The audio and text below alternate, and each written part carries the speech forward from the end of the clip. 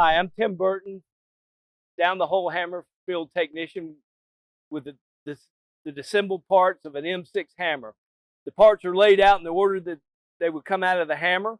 Starting at the top, we have the back head, the check valve spring, the valve assembly, the compression cone, the cover, the air control tube, which includes two buffers, upper and lower,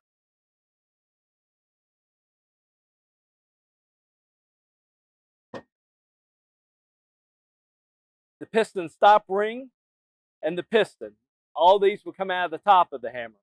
Out of the bottom of the hammer, we have the chuck, the bit retaining rings, and the bit bearing.